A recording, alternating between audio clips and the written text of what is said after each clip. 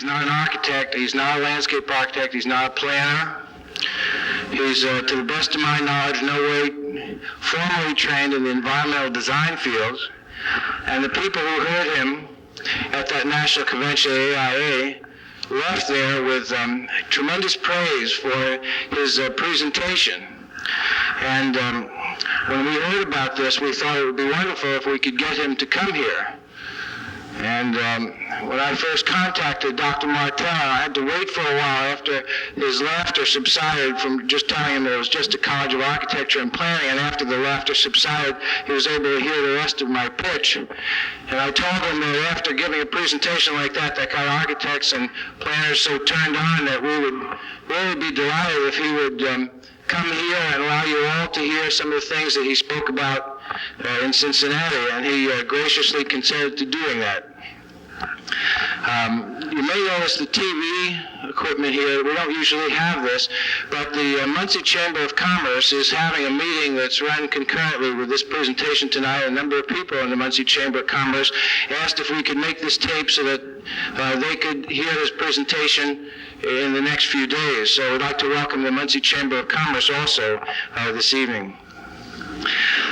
Wherever you are, we know you're going to be there somewhere.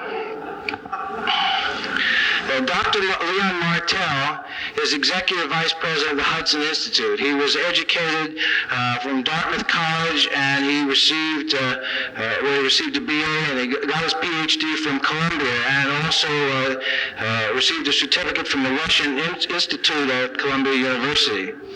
He's a political scientist by training, and he specializes in international relations and Russian studies. He's also captain of the United States Naval Reserve and has had extensive professional experience in the fields of political and military intelligence.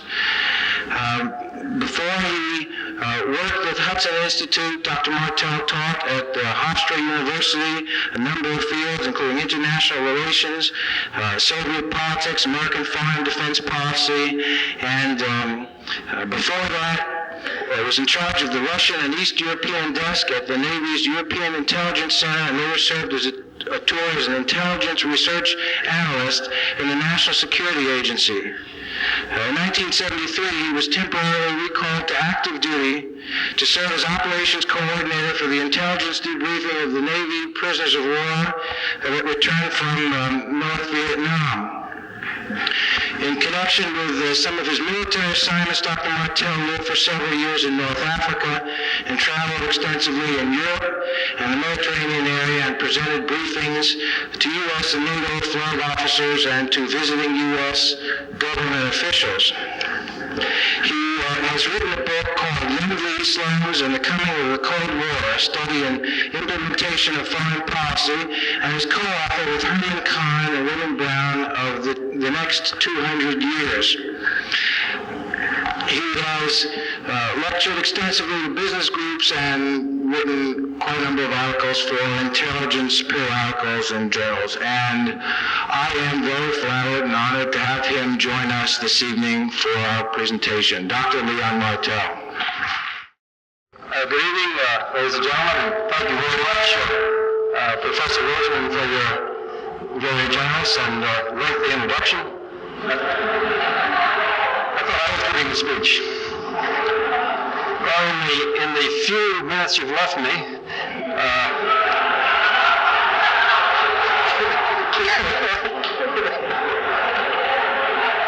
thought you were going back for an encore. I would like to tell you a little bit about Hudson Institute's outlook for the future, and particularly for the decade ahead. I am very happy to be here. I'm particularly happy to address this audience because, quite frankly, most of the audiences that I speak before are business groups, professional associations, organizations of that kind, people who have already decided what there is to know in the world, that have their minds made up, their opinions set, and whose questions are all predictable. And so when I get back to lecture at a university, at a college, I find it most invigorating and certainly the best time that I have in talking. And so for that reason, I'm particularly happy to be here. I am A little anxious now, talking about the future, because there are so many variables to consider. Surprises occur so regularly that it seems that no matter how well we do our homework, we never have a very high batting average in this field. In fact, one of the arguments that we make in our studies at Hudson Institute is that the likely occurrence of surprises, even if we can't identify the surprise, describe what it will be, the fact that there will be a surprise of some kind should be part of any good forecast of the future. The Niels Bohr, a Danish physicist, I think put it best when he said once with equal parts of wisdom and humor, it is very difficult to make an accurate prediction, especially about the future. One of my colleagues found greater concern in this endeavor just recently. He was browsing through the New York Code of Criminal Procedure. I don't know what he had done that caused him to be looking through there. But anyway, he found the following rather interesting clause. Quote, persons pretending to forecast the future shall be considered disorderly under Subdivision 3, Section 901 of the Criminal Code, and liable to a fine of $250 and or 6 months in prison. Well, as of noon today, no one at the Institute was in jail yet, so we'll continue our endeavors. Let me say a couple words about Hudson, because some of you may not know too much about this place, which goes under the mysterious title of a think tank, which is a bit what it is, I suppose.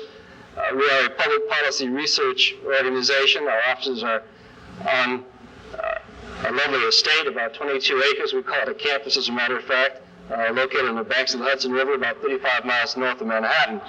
I found out not long ago that it originally was a drying out spa for wealthy alcoholics. Some people think it still is, as a matter of fact. You'd be interested to know that the doctor who founded the place back in the 1930s believed that one of the most important therapies for his alcoholic patients was a variety of architectural styles. So we have 7 buildings, each in a different architectural style, and one of which has a great, huge stone turret atop it with crenellations for cannon, machine guns, and things like that. I don't know quite what the doctor had in mind, but it makes for an attractive setting. We were founded back in 1961 by Herman Kahn. He had made his reputation at the RAND Corporation in Santa Monica, California, which is sort of the granddaddy of all think tanks in the country. He had made his reputation in writing about thermonuclear war. He wrote a famous book called On Thermonuclear War, which said, in effect, we should think about this phenomenon. We shouldn't just hide our heads in the sand, but we should be concerned as to what would happen if 1 or 2 or 10 or 100 of these weapons were used. For this, he was vilified by many people because they accused him of trying to teach how to make a nuclear war. But his motives, his deepest motives were, and still have been, how to prevent them from happening. And so he wrote a second book with a title that was even more famous, although the substance was in the first book, called Thinking About the Unthinkable. And I suppose that if one were to characterize the work of the Hudson Institute, we'd say that that's what we try to do, to think about the unthinkable. We did defense work mainly in the first years of our existence, but in the year 1967, Herman Kahn wrote a book called The Year 2000. And out of that, Hudson Institute and Herman Kahn went into the futurology business. We continue our defense studies today. It's about a third of our work at the Institute. But we're doing an increasing number of studies in long-range forecasting, population, economics, resources, energy, pollution, and so forth, both for the government and for private industry. And out of the research and the studies that we've done about trends in the future has come a rather distinct view of the future. And it's a view that's in rather sharp contrast with the views of the doomsayers and the gloomsayers that have become so popular over the past 10 or 15 years. And in fact, really are still quite popular and widely taught today. Because our views of the future is different. It's a future that is positive and realistic. It isn't starry-eyed or utopian. We really do believe that it can happen. And the key to this view of the future, as I'll be demonstrating in some of my remarks tonight, is that growth is necessary and that growth is indeed possible. Now, what I want to do tonight in this outlook for the 80s are 4 things. First, what I call the context of hope. And the context of hope is sort of a brief description of some of the things that we find today, at the beginning of the 1980s, that give us greater hope than we had 10 years ago. There are certain problems today which didn't look solvable 10 years ago, but do look solvable today. That's the context of hope. Then second, perhaps to bounce it off, you might say, there's a context of concern. And the context of concern is some of the problems that appear to be new to the 80s that will be particularly important during this decade, that will cause difficulties for us. And this is the context of concern. And then third, with this context of hope and concern as a background, to briefly set forth the outlook for the 80s in 4 major areas. And the order is deliberately chosen to go from the more certain to the less certain. And those 4 areas are technology, energy, economics, and politics. And then finally, because this is what I did at the AIA meeting in Cincinnati, and because I'm here under the auspices of the School of Architecture, I would like fourth and finally to set forth some of the implications of this outlook of the 80s for architects of today and tomorrow, from the point of view, as Professor Roseman has already told you, of someone who is not an architect or in the field of architecture. Let me begin then with the first item, the context of hope, the better prospects with which we began this decade than we began the 1970s. Now, 10 years ago, we looked to the future with great foreboding, and it seemed there were only depressing solutions available to deal with the problems that lay ahead. In general, 10 years ago, the future seemed to hold the prospect of too many people and too little with which to support them. Population worldwide was growing at exponential rates, even super exponential rates, that is, doubling in shorter and shorter periods of time. Food production had fallen behind the rate of population growth. It appeared that old Thomas Malthus, who 200 years ago warned us of these problems, was finally going to be vindicated. Economic growth had been booming. It had been booming since the end of the Second World War, but it was using up more and more of our non-renewable resources, and at the same time, it was increasingly dirtying our water, fouling our air, and creating a flood of waste that we were having trouble disposing of. And so this is the grim prospect that seemed to lie ahead 10 years ago. And the public policy solutions offered to deal with this situation were to slow growth and to spread the diminishing resources by increasing government acquisition of them and then redistributing them to those who had less. There was little else that could be done, it seemed, except perhaps to tighten our belts and prepare for the worst. The position taken was a little like that expressed in a law you might have heard of called O'Toole's Law. I know you know of Murphy's Law. Murphy's Law says that if something can go wrong, it will. Well, O'Toole's Law states that Murphy was an optimist.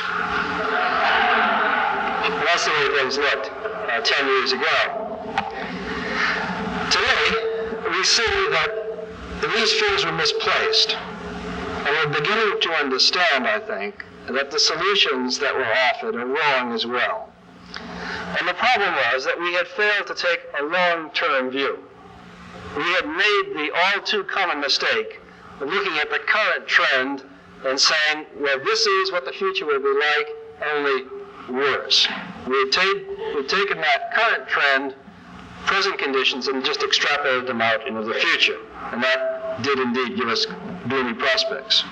When we looked more closely, though, we found that population growth worldwide, the rate of population growth worldwide, was slowing, not rising.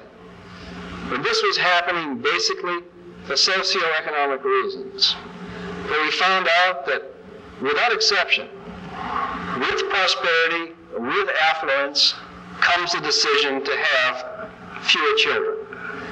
It's as if the role of children changed from being producers' goods, where you want to have more of them, because some of them will die in childbirth or in childhood diseases, and you want them to take care of you in your old age, and so you have more of them. They changed from being producers' goods to being consumers' goods.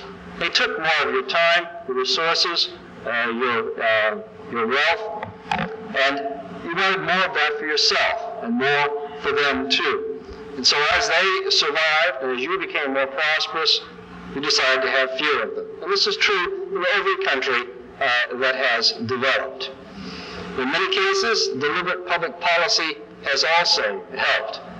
The availability of information on family planning, contraception, abortion on demand, and so forth. But basically, the socioeconomic reasons that led to this changing in the rate of population growth.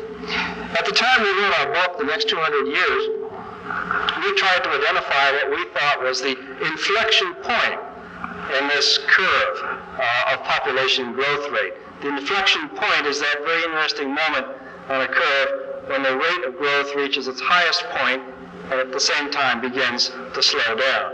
The inflection point. I remember talking to Herman Kahn about this in his office in 1975 when we were putting together the manuscript of the book. And at that time, the information we had from the United Nations and other population bureaus was that that inflection point, that moment of highest rate of growth and beginning of slowing rate of growth, would occur in 1975, that very year. Well, Herman Kahn is a jolly giant of a man, rather a nationalist than a patriot, and he sat there stroking his beard, kind of shaking his head ruefully, and wondering if perhaps the Hudson Institute might launch a special public policy program called Sex in 75, so that with a great effort that year, we might move the inflection point to 1976, the year of the American bicentennial, as a fitting point for such a momentous event.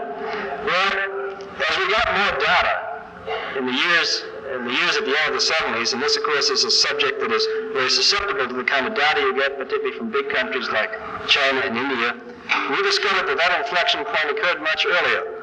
And it looks like now that the peak rate in worldwide population growth was back in the middle of the 1960s, where we had a rate of about 2%, annual growth rate of 2% per year. At the end of the 70s, that growth rate is below 1.7% and is still falling and will continue to fall. Now, this we regard as the single most important fact of the decade of the 70s, the single most important fact we learned during that decade. And perhaps it's the single most important event in the history of the planet. Because if there were to be exponential growth, if that population was to double in shorter and shorter periods of time and to steeply rise the exponential curve, then there would indeed be a disaster. No other scenario could be written. But if there's not to be exponential growth, it doesn't mean that our problems are necessarily solved, but it does mean that the potential to solve them is not removed. So in this light then, the resource question, the questions that so concerned us 10 years ago, change from the impossible tasks of supplying an ever-increasing population to the possible task of supplying a larger, but eventually stabilized population. And so it's increasingly clear then that the policy prescriptions of the 1970s are only appropriate to the 80s or to any other decade, because low growth, slow growth, no growth means really a world that's half rich and half poor, and that's a world of conflict and turmoil. And redistribution means a smaller, shrinking pie for everyone, and those hurt the most will be those who have the least. And so the problems with which we began in the 70s, the problems which seemed so unsolvable then, are now solved, or appear with considerable certainty to be solvable. And so on these issues then, we began the 80s with greater hope, and that is the context of hope. Now the other context, number two, the context of concern. The new problems with which we began the 80s, the problems which are more serious than they were 10 years ago. And these new problems arise, we believe, because of the increasing importance of political factors in our environment, both international political factors and domestic political factors.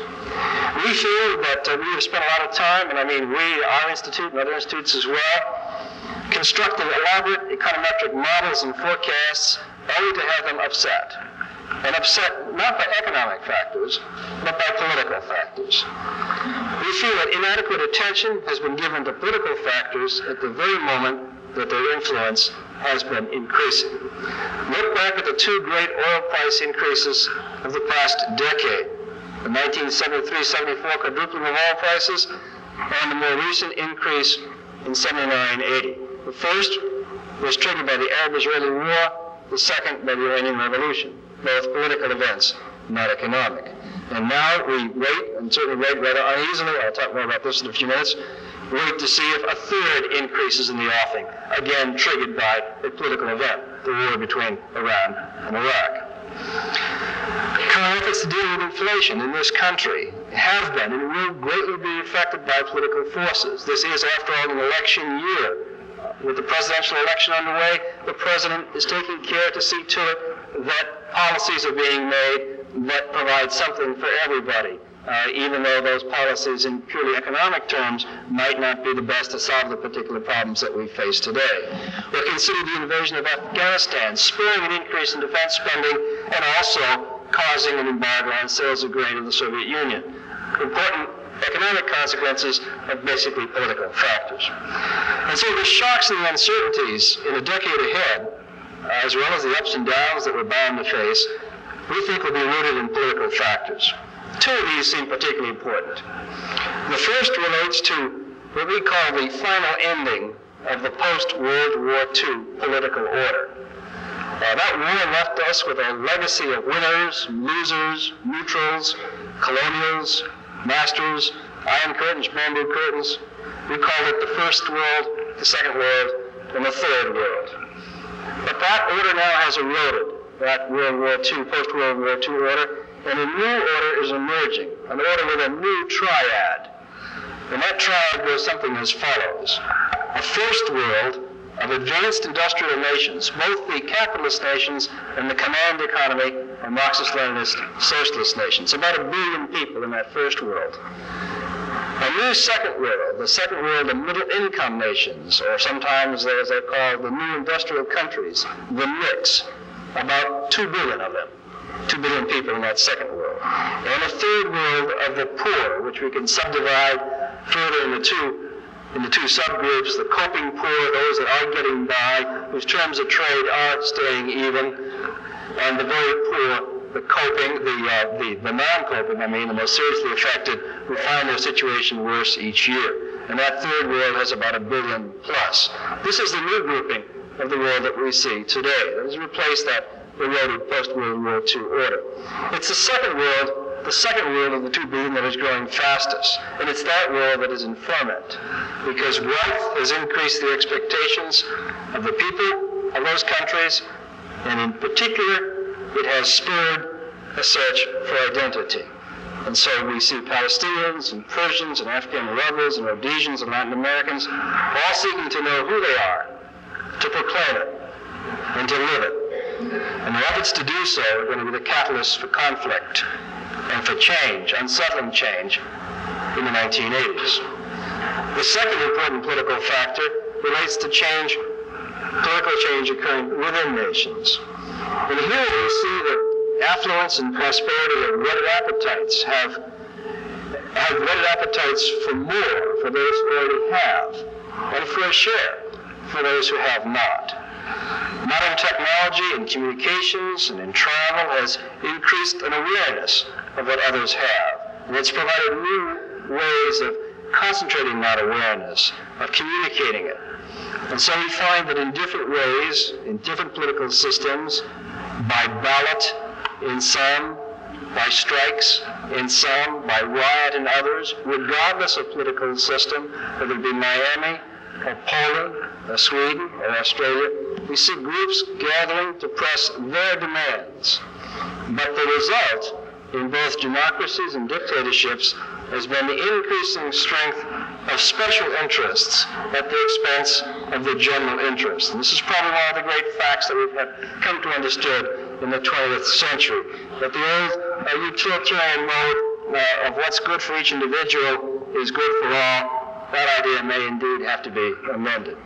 So in the 1980s, we argue, the influence of these political factors, international and domestic, is going to grow. And the danger is going to grow, because more sophisticated weapons will become available, and will become available to increasing numbers of groups, national groups, and awesomely subnational groups. And so sudden international events will shock markets. They will disrupt sources of supply, as they're doing right now. And domestic demands are going to strain resources and accentuate cycles of inflation and depression. There's a long list of political possibilities we could make. It is these that give us cause for concern. It is these that could indeed upset the hopes of those problems that are considered solvable. And so that's the context of concern then for the 1980s. With those two contexts of hope and concern as a background, let me quickly then review the outlook for the 80s in four areas: technology, energy, economics, and politics. And as I said, in descending order of certainty, the most certain to the least certain. Technology is the most certain. The continued advance of technology is virtually certain. It is widely recognized that technology is the great hope, perhaps the one great hope, to escape from poverty and scarcity. Witness the latest converts to this view, the 1 billion people of the Chinese People's Republic. Activity is underway in laboratories and research centers throughout the world. That activity is not going to be stopped. It will only grow. Each discovery will spawn not one, but several others. Just consider some of the things that are likely in the 1980s in a few important fields. In information sciences and communications technology, low-cost microprocessors are already bringing us a second computer revolution, which will see the use of small computers, the microprocessors and mini processors, to undertake and control activities in factories, in homes, automobiles, and so forth. We see the use of the computer and its keyboard. You have your slides, I understand, computerized here in your library. We see the use of the computer and its keyboard growing and being taught in more and more schools in earlier and earlier grades. Computer literacy will be as important by the end of this decade as is traditional literacy today. It will literally be the 3 R's plus C for computers. In the office, the knowledge of the computer and the typewriter hooked up with the phone holds a decade of electronic office and electronic mail. And in the home, the knowledge of the computer and the TV hails the age of video, where video will change, or a role to video will change from being a slave to what is available to being the master of all that is available, and that will be considerable. In medical technology, which we reckon to be the fastest growing field of technology today, we are on the threshold of gene splicing to combat disease, and also, with unknown consequences, to control and determine heredity. We see drugs being tested now to kill pain that are non-addictive, others to improve memory and learning. We see organ replacement increasingly being done with artificial organs rather than the more expensive and perishable live ones. We see disease control, perhaps the retardation of aging even, through a better understanding of the body's antigens, the defense mechanisms we have against disease. If you look at food technology, we see great increases in yield per acre, not through chemicals and fertilizers, but through high technology, low energy means. And we also see the greater use of controlled growing environments, not just for high cash crops, eventually for oil crops. And the beginning of the use of high technology manufactured food, probably in this decade, for animal feed, eventually for human purposes. In China and transportation technology, not the end of the automobile, most assuredly not, particularly for countries laid out and operated the way the United States is, but instead the initial models of more energy efficient, hybrid, and post-petroleum cars. And likewise in aircraft, the preliminary design of a new fuel post-petroleum airplane. So there's no question concerning these and other technological advances. They are certain. The question concerns the pace of their development, and most important, particularly important for us, the location of their development. Is it to be here, or is it to be in Japan, or Korea, or Nigeria, or Brazil? It has become popular, as you know, to call attention to the dangers of technology, to blame it for the ills of society. to urge that it be slowed, to be curtailed, as if that were a solution to our problems. And those at the forefront of this movement, ironically, have been the affluent, have been those who have benefited the most from technological development. Not only is this futile, it is really self-defeating. Because when we look back in history, we find that never has been a technology, or a technique, or a craft that did not involve some kind of danger. One of my colleagues at the Institute last spring pointed out to me an account that he had been reading of the construction of the cathedrals, the great cathedrals in Europe in the Middle Ages. And apparently they had a lot of trouble getting them up.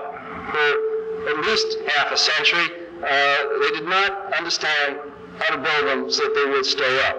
And they fell at considerable cost to lives and injury to the people who were building them. But finally they learned how to do it, and they put them up, and they're still there today. But today the dangers are more complex than they were in the Middle Ages, and the potential for harm is greater.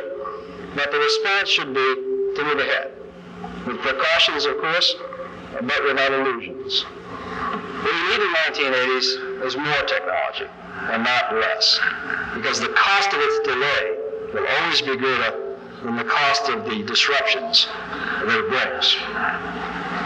That's the outlook for technology then.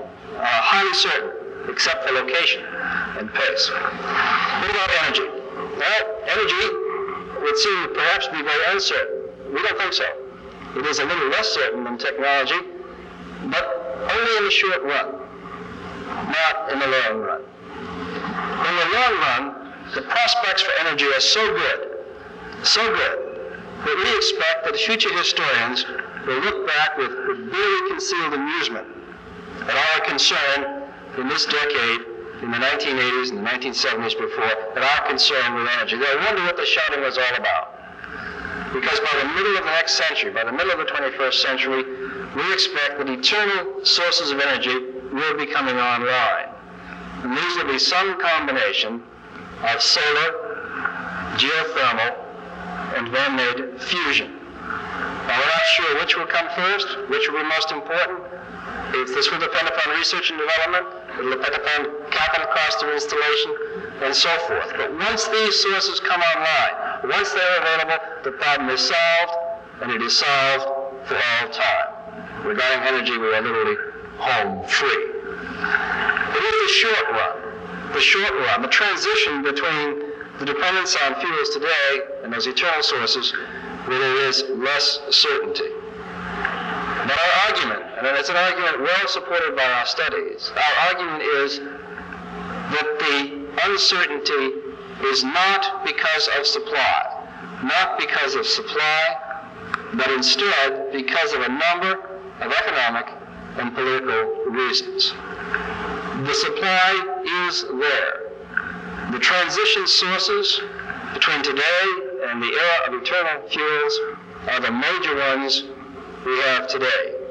Oil and natural gas in both conventional and unconventional forms, coal and nuclear fission. Now, other sources are important and can supplement these: biomass, wind, hydro, and so forth. But they're only important now marginally or locally. They are not going to solve our problem.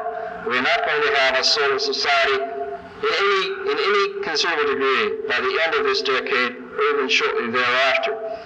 For the very simple reason, for really two simple reasons. One, the technology is not that far advanced, and it will not be by any massive effort. And secondly, we rely today on an infrastructure that is based on the use of hydrocarbons. So we're not going to scrap that entire infrastructure for one based on a system that is not even yet developed. So oil and natural gas, coal and nuclear fission are the sources for the transition. And by almost any calculation, there is more than enough available to get us through that transition. And this is basically the case, first, because the rate of demand for energy is slowing faster than the rate of economic growth worldwide, which itself is slowing. The rate of economic growth worldwide is slowing, and the energy demand rate is slowing faster than that. And secondly, because higher prices have made sources that were previously marginal, have now made these cost effective. And the supply is there. What is needed and what is still lacking is adequate public policy measures to address the political and economic problems that have to be solved to get the available sources to us to use. What can hurt, what can slow the process, what can increase the uncertainty is a major interruption in current supplies. Now, we have had 2 major interruptions in the last 6 years of oil from the Middle East, in 73, 74, and 79, 80, as I mentioned earlier.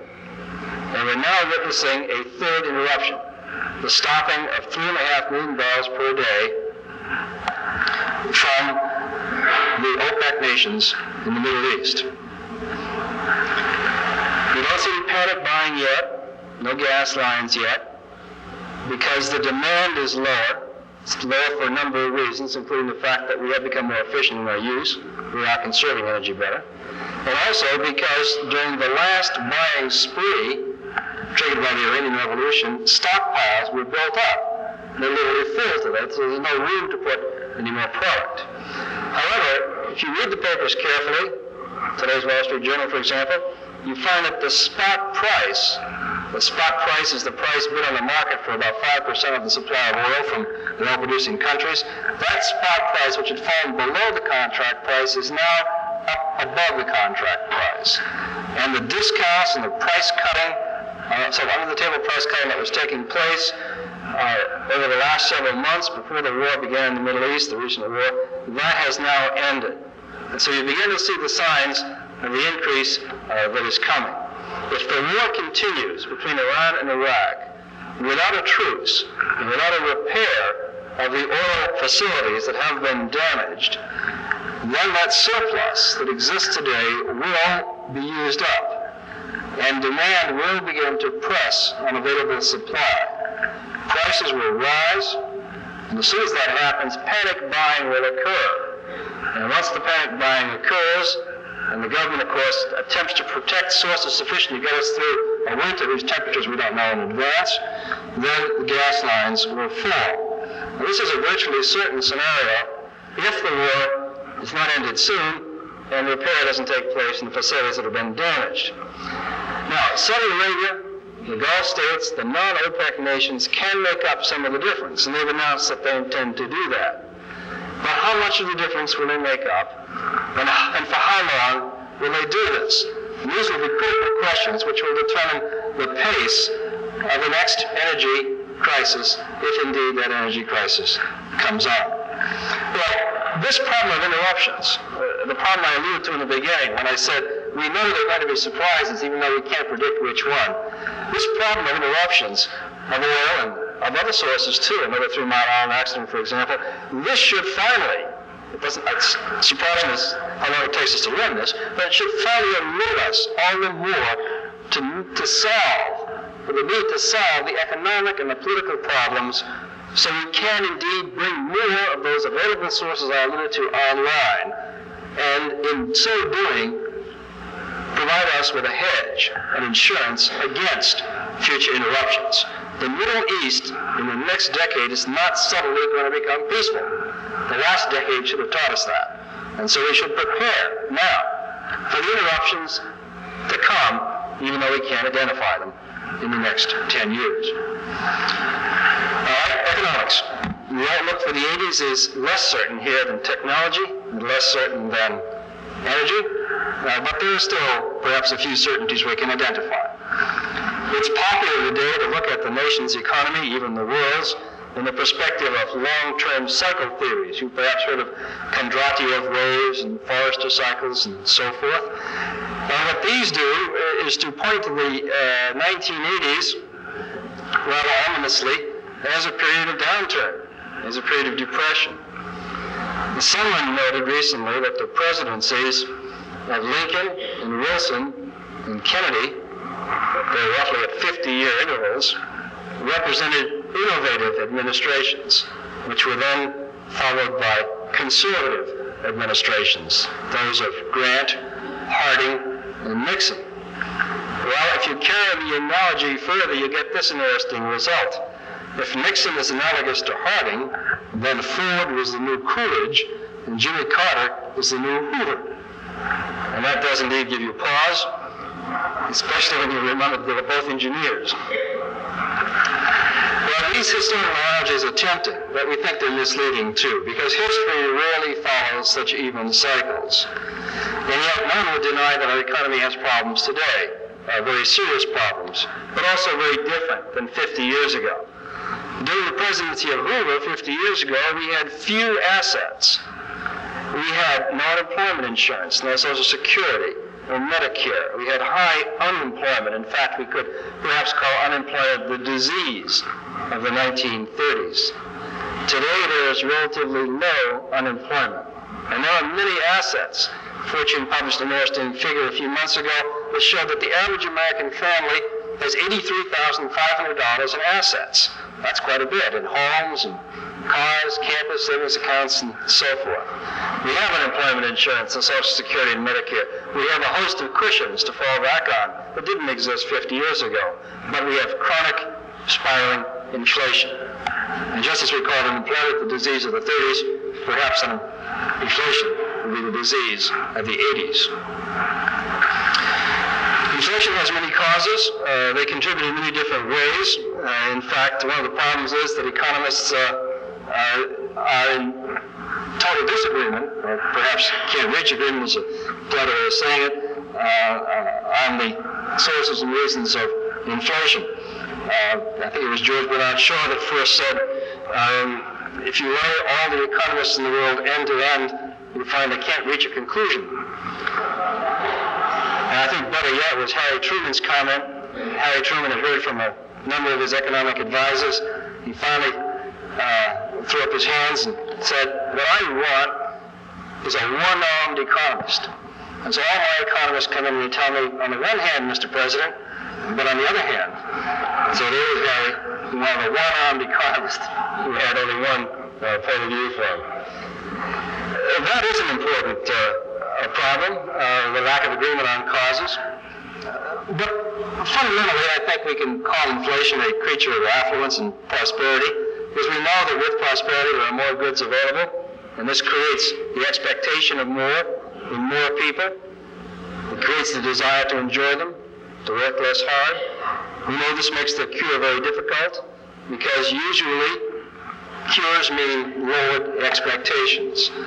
And so almost everyone wants to slow inflation today. I think you can get universal assent on that proposition in the United States. Still, I think we'd also have to admit that slowing inflation is each person's number two goal. The number two goal, the number one goal, is looking after themselves. Well, what then is the outlook?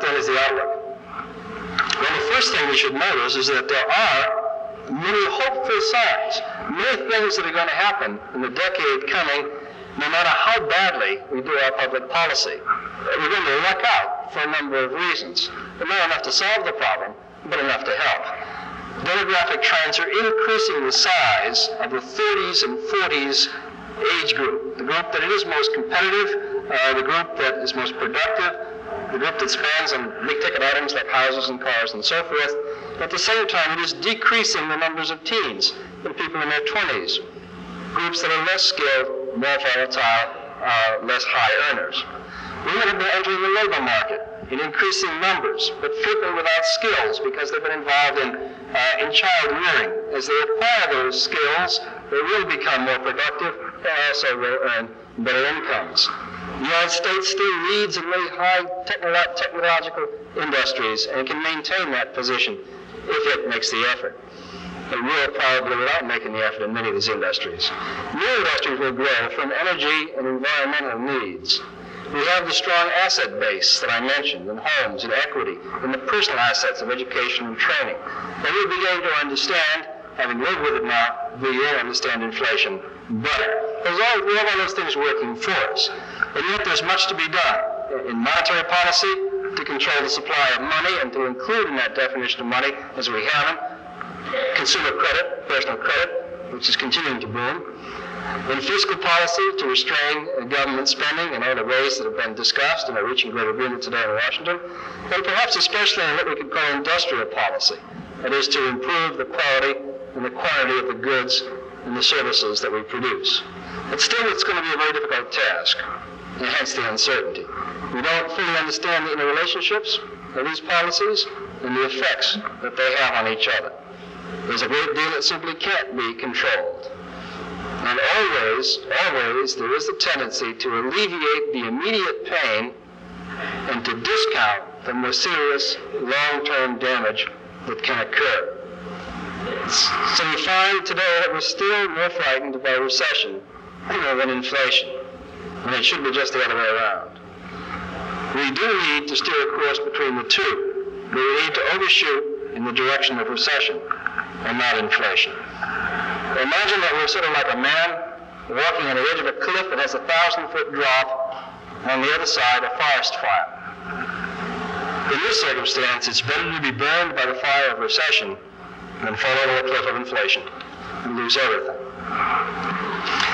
Lastly, in this outlook, then, there's politics. The greatest uncertainty, certainly the greatest effect on all of the other areas, perhaps an ascending order.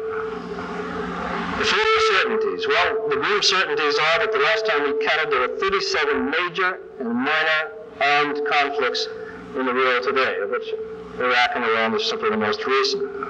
Most of these are going to persist into the next decade. Many overlap each other. East, West, Arab, Israel, Sino-Soviet, conflicts in the Indian subcontinent, racial tensions in Southeast Asia, conflicts of color in South Africa, and the borders of the rest of Africa, conflicts in Central America, in our backyard in the Caribbean, and these overlaid with sweeping phenomena such as the resurgence of Islam and the unrest created by unfulfilled economic aspirations in the middle-income nations and the poor nations.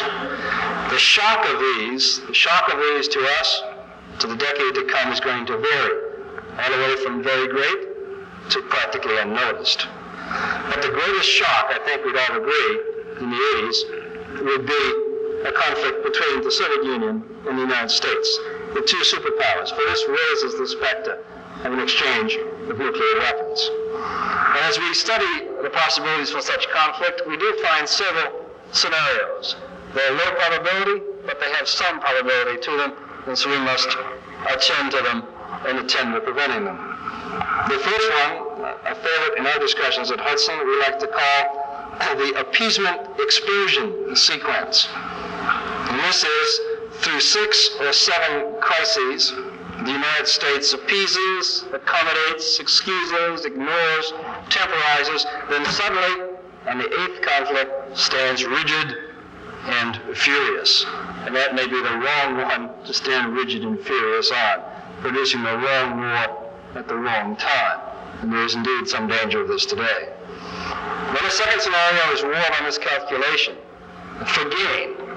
Something that the Soviets might be tempted to do, and yet we think that changing leadership is likely to be cautious in Russia as it has been, and that this probability is fairly low. And yet, there is a possibility we could be wrong. Another scenario is the war of opportunity. In an unstable situation, the Soviets could come to the support of a like-minded faction, such as the Tudeh Party, or the Baluchistanis, say, in an Iran that was falling apart. The stakes would be high, and the United States would be required to respond, raising the possibility of a confrontation between us and the Soviets. And then finally, there's a fourth scenario, the Balkan trigger. The Balkan trigger relates to military political events around the rimland of the Soviet Union, starting a chain reaction that no one foresaw, certainly no one intended, and yet could involve both us and the Soviet Union. The favorite example for many months, of course, has been Yugoslavia, especially since Tito's death.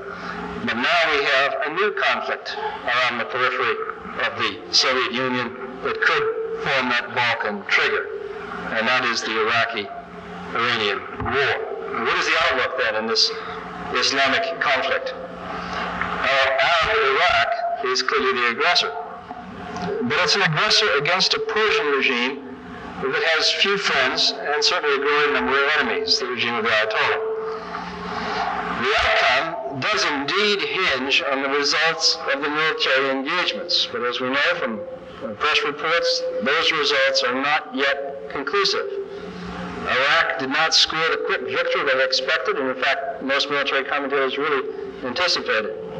The Iranians, although their armed forces are demoralized and disorganized with the purges that took place and the executions, nonetheless, the Iranians have shown a considerable resistance in fighting for their own homeland against the Iraqis. And they have refused the conditional truce offers that the Iraqis have put forth. So the war of attrition drags on, and it seems constrained only by the availability of equipment and supplies with which to fight it. And here the situation is really ironic. In fact, it might even be comic if it were not so tragic in terms of loss of life. For the Iraqis are probably more favored by the United States, and yet they are armed with Soviet weapons. And the Iranians, probably more favored by the Russians, are armed with U.S. weapons. And so in one of the great ironies of the Cold War, almost as if a malevolent deity planned it that way, each superpower tends to favor the side the other has armed, and thus really unable to help the side it favors. But the dragging out of the war is the least really desirable outcome that's happening right now, because it delays the repair of their own facilities, and it increases the possibility of other nations being drawn in. We see already the activity of Jordan in this connection. We still probably have to look to third powers to mediate this crisis. The United States certainly has little influence in attempting to bring about a settlement. The Soviets have not shown much initiative either. But if the third powers are unsuccessful, then the superpowers may have to step in, particularly if the war spreads. And if this happens, then the specter of Soviet-U.S. confrontation is raised again, and we become more concerned and give a higher probability to that Balkan trigger scenario. Let me sum up now. As we enter this decade of the 80s, we find cause for hope, and we find cause for concern. The hope rests on the possibility of solving problems that a decade ago seemed unsolvable, the problems associated with growth. And in so doing, in so solving those problems, the opportunity to provide a world that is abundant and that is satisfying for all its people, not just the fortunate people in Western Europe or North America or Japan. The concern deals with the rivalries of tribes and nations and ideas that disrupt this search for solutions, and that disrupts it with increasing means of destruction of lives and of property. The outlook for the 80s ranges from the near certainties of technologies to the great and frightening uncertainties of politics, which can affect all the other trends. But as we look then at this outlook for the 1980s against this context of hope and concern, what are some of the implications that might be drawn out for architects of today and architects of tomorrow? What responsibilities might derive from an examination of this view of the 1980s? And remember that they're offered by a non-architect, an observer standing off, trying to look at the whole picture and perhaps to say something about a particular part of it. Well, the old phrase, this is a time of change, is an old cliche. Every time is a time of change. And I think a good case can be made that the change that is occurring now in this decade is greater than that we have seen before, certainly in the last 30 to 40 years. I think you could say that until the 1970s, we could count on relatively little change in the important factors in the environment for business, for building, for construction. Certainly for the 25 or 30 years immediately after World War II, economic growth was steady and it was fairly high. Inflation rates, interest rates were fairly low. Commodity prices, especially for energy resources, were relatively stable. Foreign competition was fairly predictable. Housing demand was steady. Financial instruments available had been in use for some time and were familiar. And we were relatively insulated from most international events. But now look at the picture today, as we begin the 80s. We find all of these factors have suddenly changed very rapidly. And they're going to continue to change rapidly in the 80s. Economic growth is going to fluctuate, but it will be lower, particularly in the developed nations. Inflation, and at least the prime interest rate, is going to hover back and forth across the double-digit level, 10% more or less. Commodity prices, especially energy, are no longer stable. Foreign competition is increasingly unpredictable and will have an increasingly greater impact. Housing demand is going to fluctuate considerably, a function, of course, of interest rates as well as of demand. There will be a far greater variety. There already is a far greater variety of financial instruments available to us, and the choice between them is increasingly more difficult. And we are increasingly sensitive to more and more events in the international environment. And so implications then for the profession of architecture are considerable. First, it's very clear that the tried and true formulas that worked so well for so long in the past, that these will no longer automatically work. It seems true that much greater attention will now have to be paid to the changing environment. Because a building takes time to construct, architects and builders in figuring costs need to be aware that in so doing, they do influence future rates of inflation. Because the prices of materials are rising, there is greater need to explore the possibilities of new cost-efficient materials and older, now less used materials. Because of changing family size, and because of changing patterns of leisure activities, there is need to consider new alternatives in home design and home size. Because of uncertain energy costs, there's a need to educate consumers concerning energy efficiency. Today, it is still the case that energy efficiency is not a major feature in most home sales.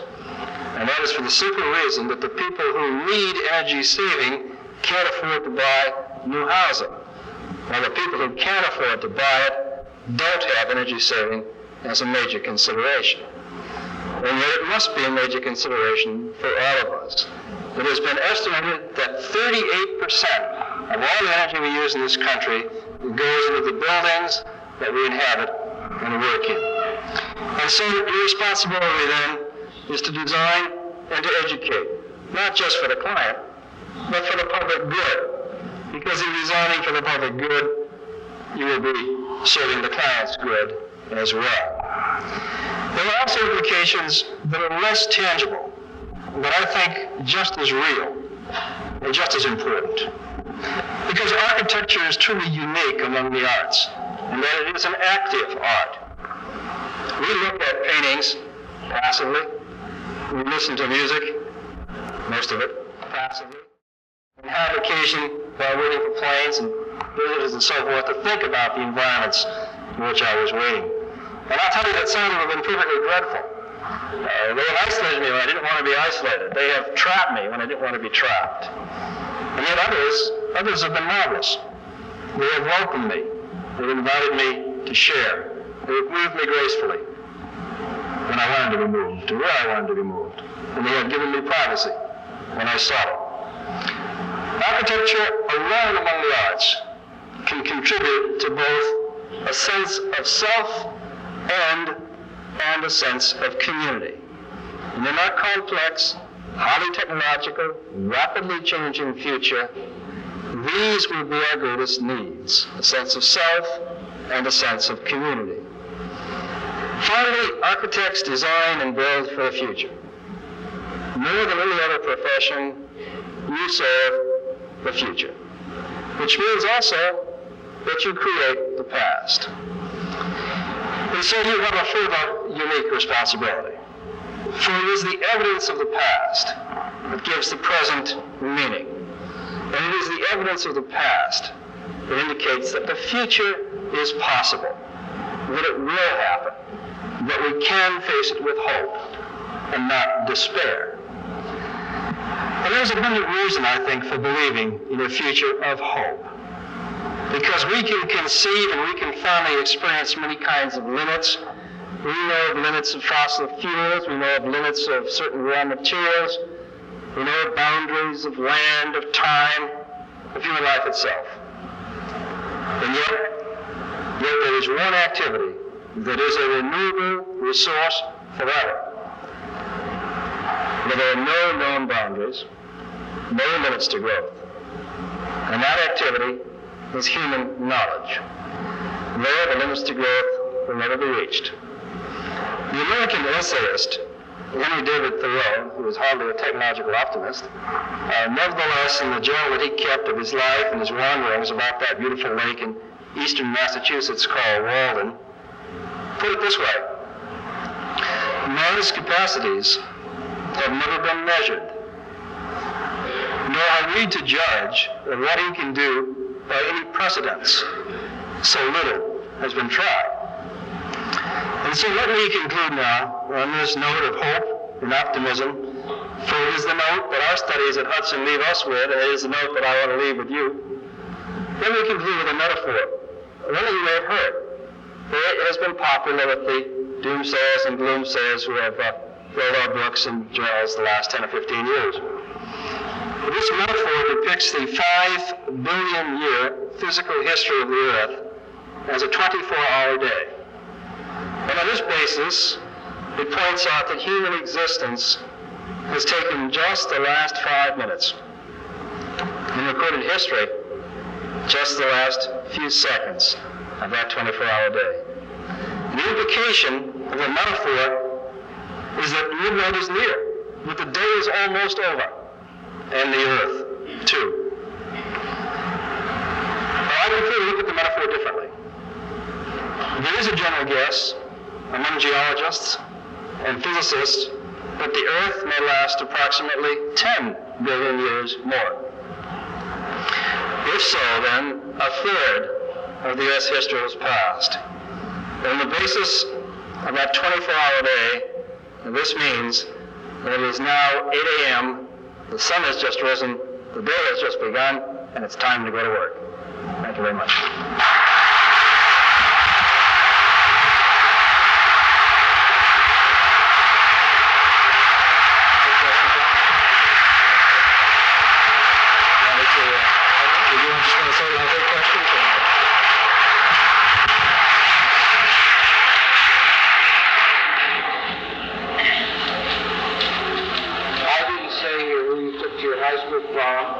There's a whole bunch of things I left out.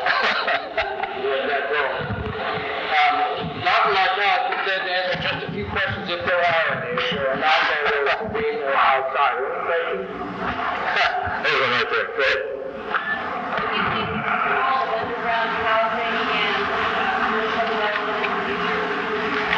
Yes, the question is, what do I think the role is of underground housing and commercial development underground in the future? Well, we know, of course, that there are many advantages to buildings underground in terms of resource and energy conservation and so forth. I suspect that there are a lot of commercial activities that can be done more efficiently with those considerations in mind underground than are being done above ground today. And there's an opportunity for concentration in certain areas that may be desirable that we can't achieve for various reasons above the ground. I think, though, and I'm not hardly knowledgeable in this area, but a couple of studies that I have read and conversations with a few people and the experiments that have been done have found that there are negative psychological consequences to long periods of habitation underground, even though you go out, regularly to go to work or whatever. I have been in Cheyenne Mountain, not too far from here, out in Colorado Springs, where the North American Air Defense Headquarters is located, and speculated on long periods of time living within Cheyenne Mountain in a situation where you don't see the sky, you don't see the sun, and talked to people who had been there, and have found out that they had found it necessary to rotate people out of that environment, off of those watches rather regularly, because of negative psychological consequences. Now, in the long run, we may discover that we're really quite adaptable, and that we can live there quite easily, just like we may discover we can live in space very easily and have longer lives and less disease and better sex lives, or any kind of possibility might exist. And perhaps if we did discover that after further experimentation, it'd be a great rush to move underground. Technologically, I don't think it presents us any great problems. I think the problems really have to be more psychological, and I don't think we really know yet that much enough to say that there is a final answer. The one thing that does seem clear, though, is that in terms of industry, there's a great deal of industrial activity that probably can be done more efficiently underground for energy conservation reasons than above ground. Yes?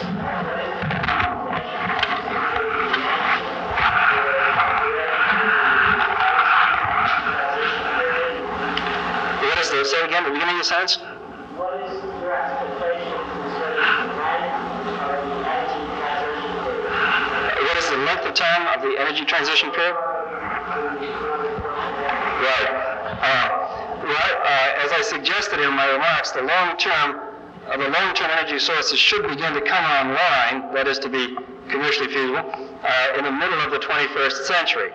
And so we're talking about a period now of 70 years. Now, of course, this one doesn't stop where it doesn't begin. We will see the phasing in of long-term sources while we're still continuing to use the sources that we have today. I suspect that what we will see happen is that eventually, as wood today is used for construction in advanced countries and not for burning in fireplaces for the most part, we will see petroleum, a very complex molecule that petroleum has, being used more for its other product purposes, chemical purposes, perfumes, medicines, and so forth, as a chemical feedstock rather than as something that we burn. I would say that increasing efforts to do that in communities, and so I would think that activity is going to grow. Now, you have to be careful when you say this, because what happens is that when an area is then subjected to careful planning, what happens just beyond the area is a tremendous amount of non-planning, which almost defeats the purpose of the planning from within, or at least it creates two very clashing environments. A decision was made some time ago that there would be no hotels or motels of any kind built in the Grand Canyon. But nothing was said about the edge, as you go in. Now, if you go to the Grand Canyon, on the only route into the Grand Canyon, you see a colossal 30-foot-high statue of Fred Flintstone in purple standing there. And you have these very tacky motels and hotels all around the edge of the Grand Canyon. And so you've got terrible non-planning that's gone along with a very poor planning decision. This then suggests to you, well, we should really solve this problem by planning everything. Well, I think that if we begin to plan everything, it may give employment to a lot of planners in the future, but I don't think that that's the way that we should go. Increasingly, though, there has to be a coordination between the planners and the people who deal with the area that is not being planned, so that we don't really have such clashes in our environment, so that we don't find areas that are indeed very, very beautiful and efficiently and thoughtfully planned out in areas that are just left to helter-skelter. And I think there's a recognition of that now. There are more groups that are meeting. I was talking to someone the other day who told me about a group of planners from the South who had come up to New England to discuss some of the problems that they had, recognizing that the problems were very different, and yet seeing if there were things that they were doing in New England that might also be viable in the South. And so the short answer to your question from a non-expert is that it is growing. It's going to grow. It's going to become more sophisticated. One hopes that it's going to fall short of an overall planned society, though. Any more? Yes. look forward to joining you in your reception later on tonight, and I wish you all the best in your studies and your work here. Thank you.